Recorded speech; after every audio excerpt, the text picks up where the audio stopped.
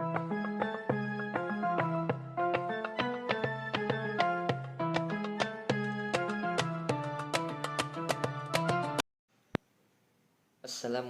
warahmatullahi wabarakatuh.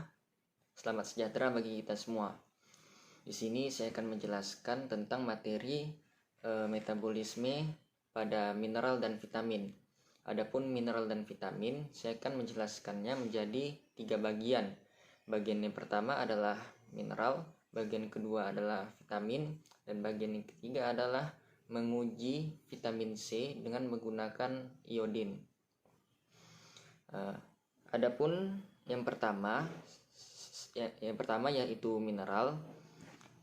Saya akan menjelaskan pengertian dan fungsi mineral secara umum pada hewan ternak, dan yang kedua menjelaskan mineral makro dan mikro pada hewan ternak. Dan bagian yang kedua yaitu vitamin, menjelaskan pengertian dari vitamin, menjelaskan sifat-sifat umum dari vitamin, menjelaskan jenis-jenis vitamin dan fungsi pada hewan ternak. Dan bagian yang ketiga, saya akan menguji vitamin C dengan menggunakan iodin. Yang pertama, saya akan menjelaskan bagian mineral, yaitu pengertian dan fungsi mineral secara umum pada ternak. Mineral adalah suatu zat padat yang tersusun dari senyawa kimia yang dibentuk secara alami oleh organik yang memiliki penempatan atom secara beraturan dan memiliki sifat kimia dan fisika tertentu. Secara umum mineral berfungsi sebagai pembentuk kerangka tubuh. Komponen senyawa organik yaitu protein dan lipid dalam jaringan lunak. Contohnya otot dan pembuluh darah. Untuk mengontrol tekanan osmotik dalam cairan tubuh, mengatur keseimbangan asam basa, dan berperan sebagai katalis dalam sistem enzim dan hormon. Yang kedua adalah mineral makro dan mikro pada ternak. Mineral yang dibutuhkan oleh ternak terdiri dari mineral makro, yaitu dibutuhkan dalam jumlah besar, dan mineral mikro dibutuhkan dalam jumlah yang sedikit. Mineral makro diperlukan untuk pembentukan organ di dalam tubuh. Mineral mikro diperlukan dalam jumlah yang sangat sedikit dan umumnya terdapat dalam jaringan dengan konsentrasi yang kecil. Mineral makro terdiri dari kalsium, mangan, natrium, kalium, fosfor, klorin, dan magnesium. Mineral mikro terdiri dari tembaga, seng, besi, iodin, belerang, kobalt, fluorin, selenium. Dan yang kedua vitamin. Yang pertama pengertian vitamin. Pengertian vitamin adalah substansi organik yang dibutuhkan oleh ternak dalam jumlah sangat sedikit, yang berguna untuk mengatur berbagai proses dalam tubuh agar tetap berjalan normal untuk kesehatan. Kemudian yang kedua, sifat-sifat umum vitamin larut dalam lemak yang terdiri dari unsur CHO yang mempunyai bentuk profita yang bisa diubah menjadi vitamin dalam tubuh. Contohnya provitamin A, provitamin D, dan yang lain. Tidak dapat dari semua jaringan. Vitamin umumnya berasal dari jaringan tanaman kecuali vitamin C dan D yang terdapat dalam jaringan hewan. Kemudian menyusun struktur jaringan, diserap bersama lemak. Vitamin larut dalam lemak diabsorpsi dari saluran pencernaan bila memiliki lemak. Faktor-faktor yang dapat meningkatkan penyerapan lemak adalah ukuran partikel atau adanya empedu yang dapat meningkatkan penyerapan vitamin yang larut dalam lemak. Kemudian diserap bersama lemak. Vitamin yang larut dalam lemak disimpan pada deposit lemak dan penyimpanan akan meningkatkan dengan konsumsi vitamin yang larut di dalam lemak yang dikeluarkan melalui feses. Vitamin larut dalam lemak diekskresikan lewat feses. Kurang stabil dapat dipengaruhi oleh cahaya oksidasi dan lain-lain. Secara fisiologis, vitamin yang larut dalam lemak dibutuhkan dalam pengaturan metabolisme. Kemudian yang ketiga, jenis-jenis vitamin serta fungsinya. Jenis-jenis vitamin serta fungsinya pada ternak. Yang pertama yaitu vitamin A.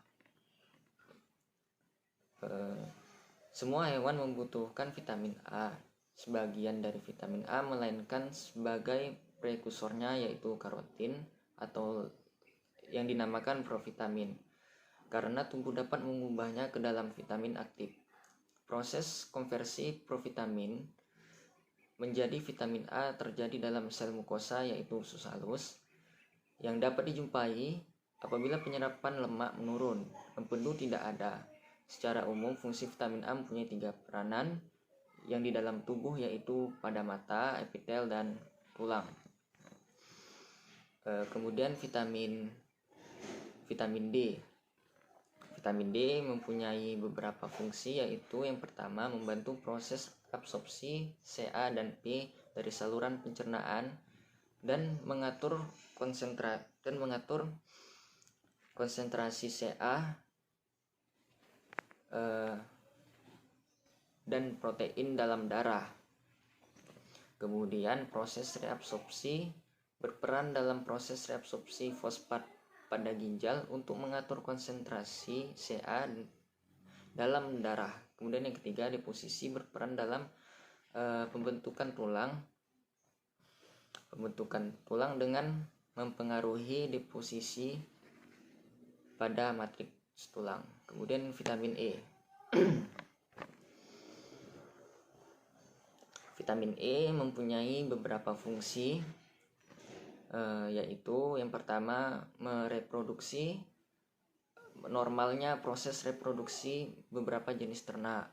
Yang kedua dapat digunakan sebagai antioksidan. Kemudian yang ketiga absorpsi untuk memperbaiki Fe oleh usus.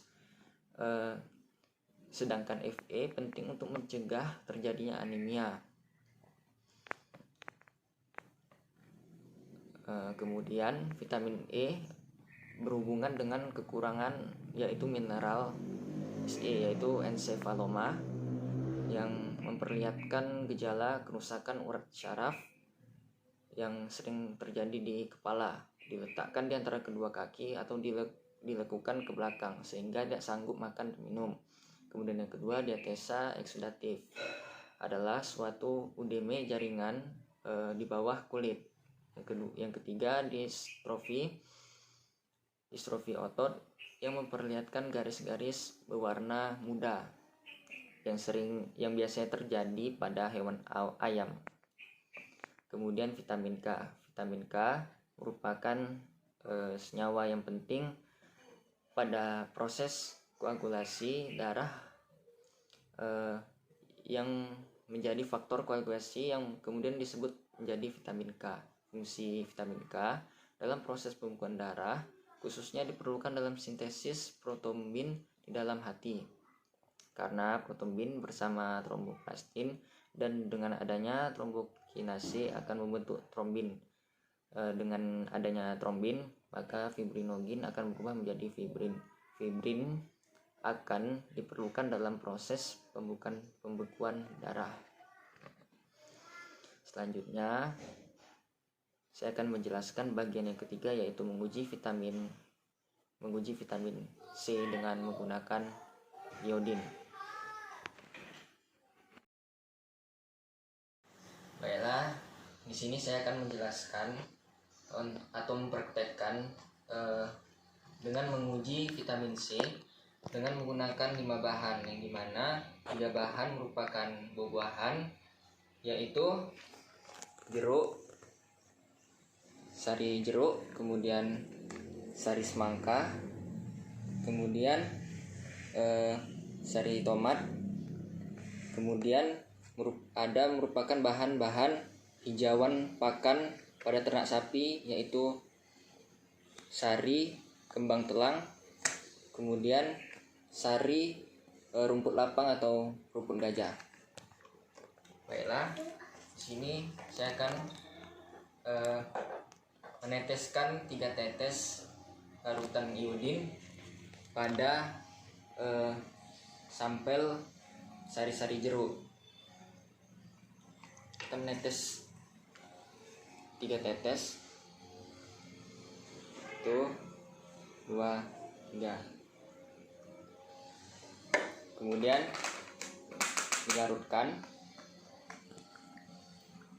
diaduk. Kemudian sampel sari pada semangka 3 tetes juga tuh. Kemudian diaduk lagi.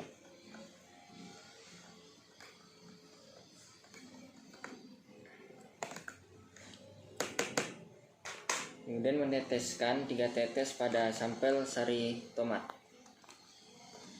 1, 2, 3. Kemudian diaduk hingga rata.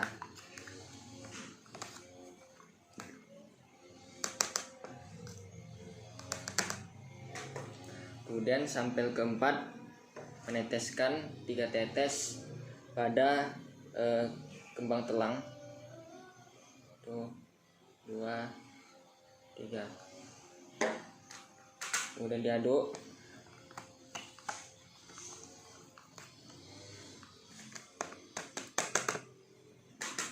Kemudian sampel yang terakhir, yang kelima, meneteskan 3 tetes pada rumput lapang. 1, 2, 3. Kita aduk lagi.